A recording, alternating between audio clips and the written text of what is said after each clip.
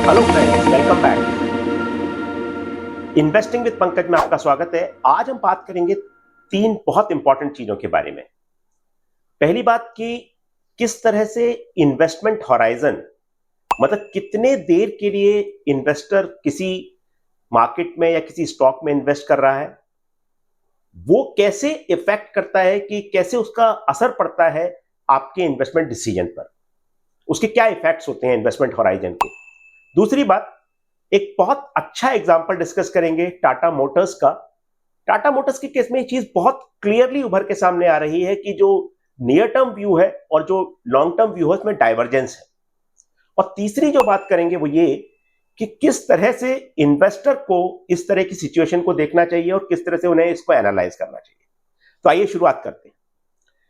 Tata Motors में पिछले कुछ समय से बहुत इंटरेस्टिंग चीजें हो रही हैं और सबसे इंटरेस्टिंग चीज जो है वो ये है कि अगर हम देखें कि पिछले 6 महीने का जो स्टॉक का परफॉर्मेंस है वो बहुत खराब है। ये स्टॉक लगभग 40% के आसपास डाउन है पिछले सिर्फ 6 महीने में। तो मतलब अगर ये समझिए कि ये स्टॉक जो था वो 1100 के आसपास था, तो वो ये स्टॉक आज 600 650 और उस रेंज में है, मतलब 40% गिरावट इस स्टॉक में आई। और अगर हम इसको निफ्टी से कंपैरिजन करें, इसका परफॉर्मेंस बहुत बहुत डिफरेंस है, मतलब लगभग 4 गुना खराब परफॉर्मेंस है। मतलब अगर निफ्टी 10% डाउन है तो ये स्टॉक लगभग 40% डाउन है। अब एक और चीज समझते हैं कि ये जो चीज है वो पिछले 6 महीने का ट्रैक रिकॉर्ड है। इस चीज को अगर थोड़ा चेंज कर दें तो क्या असर आता है। अगर आप देखें कि पिछले 5 साल का स्टॉक परफॉर्मेंस, आपका भी एकदम से बदल जाएगा स्टॉक के बारे में। पिछले 5 सालों में ये स्टॉक, जैसा कि आप देख रहे हैं चार्ट में, 5 साल में इस स्टॉक का रिटर्न 400% से ज्यादा है। मतलब अगर आपने 100 रुपए इन्वेस्ट किए थे तो आप 500 रुपए से ज्यादा ऊपर है। अब 100 का 500 हो गया 5 साल में, और ये इसके बावजूद है कि पिछले 6 महीने में परफॉर्मेंस इतनी खराब रही है। मतलब 40% गिरावट जिस स्टॉक में आई है उसके बावजूद भी 5 साल में स्टॉक ये आपका 400% रिटर्न दे रहा है। अब अगर निफ्टी के कंपैरिजन में बात करें तो निफ्टी के कंपैरिजन में परफॉर्मेंस बहुत बढ़िया है। निफ्टी लगभग दुगना हो गया है पिछले 5 सालों में, और टाटा मोटर्स लगभग आपका 450-500% के ऊपर रिटर्न है। और अगर ये चीज अगर आप कंपैरिजन करें तो ऐसा क्यों हो रहा है पिछले 6 महीने में? 3 सबसे बड़े कारण हैं।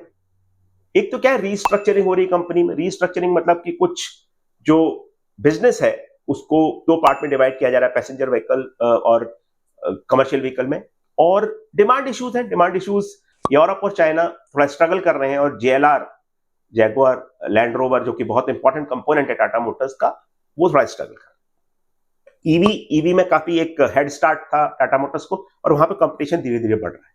और बाकी इकोनॉमिक फैक्टर्स हैं, जैसे कुछ एक जगह पर स्लो डाउन है इंफ्रास्ट्रक्चर में, माइनिंग में, तो उससे कमर्शियल व्हीकल्स की डिमांड, स्पेशली एचसीवी मतलब हैवी कमर्शियल व्हीकल की डिमांड इंपैक्ट हुई। तो ये 3-4 कारण है, इसकी वजह से ये चीज हो रही है। और ये जो चीज है वो क्यों जरूरी है देखना, क्योंकि हम अक्सर बात करते हैं ह्यूमन बिहेवियर की, कि इन्वेस्टिंग कैसे उसे जुड़ा हुआ है। ह्यूमन बिहेवियर जो है वो इन्वेस्टिंग के साथ इतना क्लोजली जुड़ा हुआ है कि आप उसको सेपरेट नहीं कर सकते। अक्सर अगर आप किसी भी बड़े इन्वेस्टर को सुने और उनके थीसिस को देखें तो वो हमेशा ये कहते हैं कि आपको अबव एवरेज इंटेलिजेंस की जरूरत नहीं है एक सक्सेसफुल इन्वेस्टर होने के लिए, लेकिन आपका टेम्परामेंट अबव एवरेज होना चाहिए। डेनियल कैनमैन ने, जो कि उनको नोबेल प्राइज भी मिला था बिहेवियरल इन्वेस्टिंग के बारे में और बिहेवियरल पैटर्न के बारे में, उन्होंने काफी बातें की हैं। तो डेनियल कैनमैन ने कहा था कि लॉस अवर्शन जो होता है वो बहुत इंसान में इस तरह का होता है कि जो उसको फायदा हो रहा है, जो उससे खुशी मिलती है, उस सेम नुकसान से उसको दोगुना दुख होता है। लॉस अवर्शन मतलब कि हमारा जो स्टॉक 1100 रुपए पे था, आज 600 650 रुपए आ गया, अरे यार हमें तो बहुत नुकसान हो गया। लॉस अवर्शन, हम वो नहीं देख रहे। अगर किसी आदमी ने 5 साल पहले इन्वेस्ट किया था तो वो अभी भी काफी अच्छे प्रॉफिट पे बैठा हुआ है, लाइक 400-500% रिटर्न, कुछ खराब रिटर्न नहीं होते, लेकिन वो पिछले 6 महीने में जो हुआ है उसकी वजह से उसका थिंकिंग एकदम चेंज हो जाता है। रीसेंट करेक्शन जो है वो 40% जो स्टॉक में हुआ, वो लोगों को बहुत हर्ट करता है और लोग थोड़ा इंपेशेंट हो जाते हैं कि यार आप आगे क्या होने वाला है। तो ये सब जो ह्यूमन बिहेवियर रिलेटेड चीजें हैं वो इसलिए डिस्कस कर रहे हैं कि जब भी स्टॉक गिरता है तब एक बड़ा फियर साइकोसिस हो जाता है लोगों में, और लोग ये सोचते हैं कि यार अब आगे क्या होने वाला है, अनसर्टेनिटी, एंग्जाइटी और वो सब चीजें बहुत आगे आने लगती हैं। और एक जो चीज हम यहां पे बहुत डिस्कस करना चाहेंगे कि कभी भी जब कभी हमने अक्सर डिस्कस किया है कि जो क्वार्टर रिजल्ट होते हैं अगर वो खराब है और वो बेयर मार्केट में आते हैं तो बहुत ज्यादा इंपैक्ट करते हैं। तो ये टाटा मोटर्स का जो थर्ड क्वार्टर का रिजल्ट था वो कोई बहुत अच्छा नहीं था। 20% से ज्यादा प्रॉफिट डिक्लाइन हुआ। जो एस्टिमेट थे मार्केट के उनसे कम प्रॉफिट आया, तो मतलब मिस बोलते हैं उसको। मिस मतलब कि मिस कर दिया उन्होंने जो एस्टिमेट था।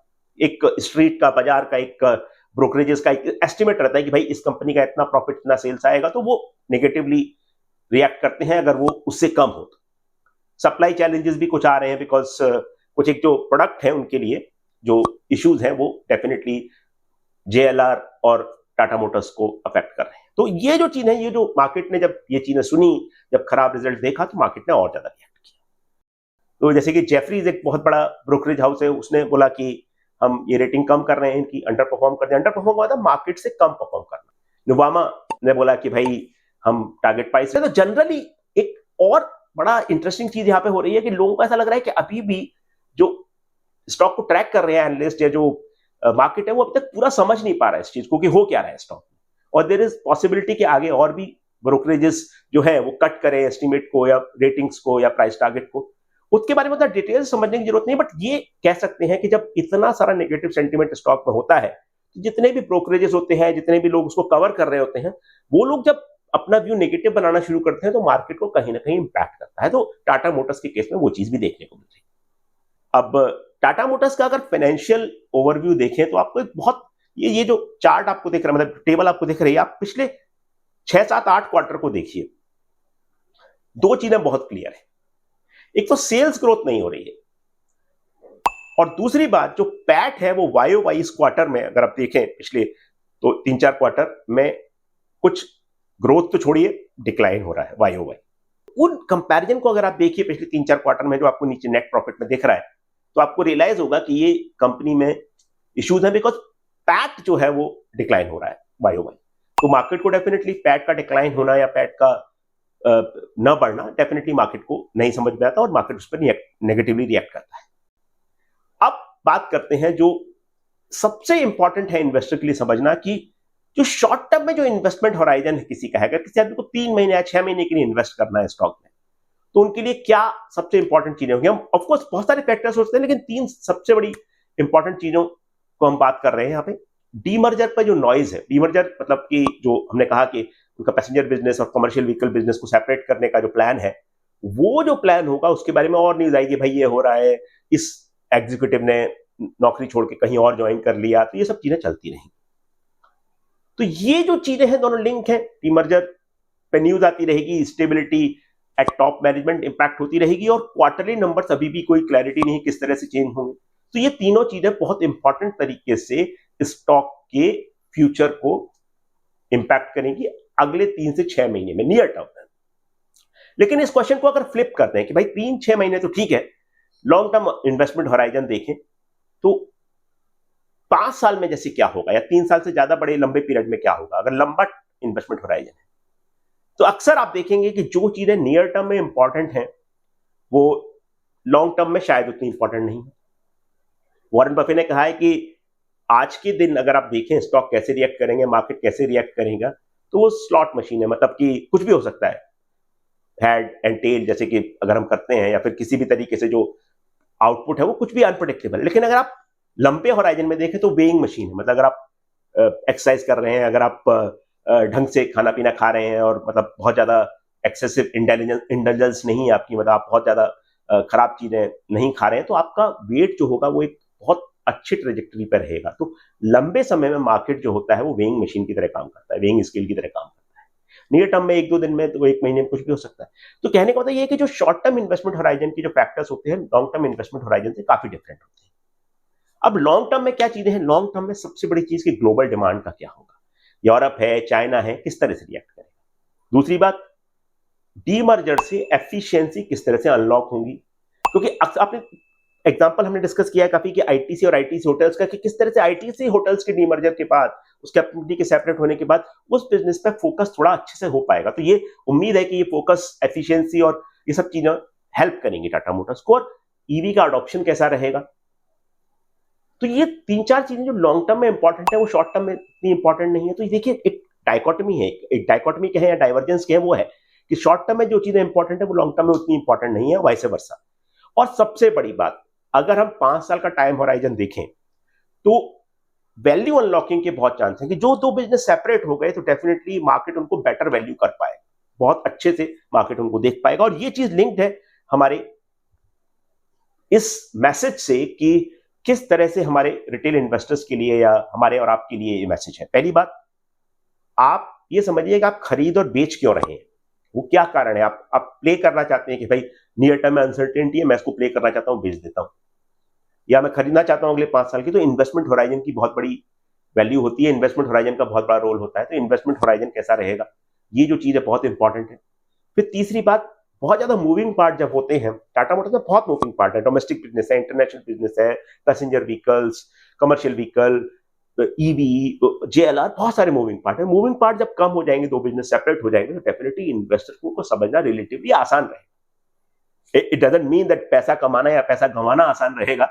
पैसा गंवाना हमेशा आसान होता है, मार्केट में कुछ भी ब्लाइंडली इन्वेस्ट कर दीजिए तो आप डेफिनेटली लूज कर सकते हैं। लेकिन जो बिजनेस की अंडरस्टैंडिंग बनेगी, अगर आप उसको सम ऑफ द पार्ट्स में देखेंगे तो डेफिनेटली वो चीज बेटर हो जाएगी, आप दो बिजनेसेस को अलग अलग तरीके से समझ पाएंगे।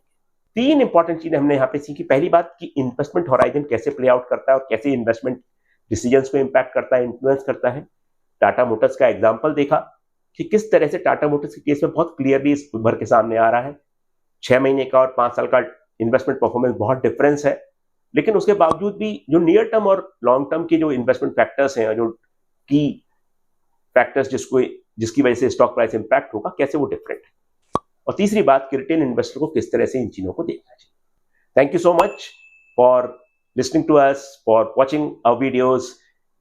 Do write to us, let us know what you think. If there is anything you want us to cover, we'll be very happy to look at it. Thank you so much.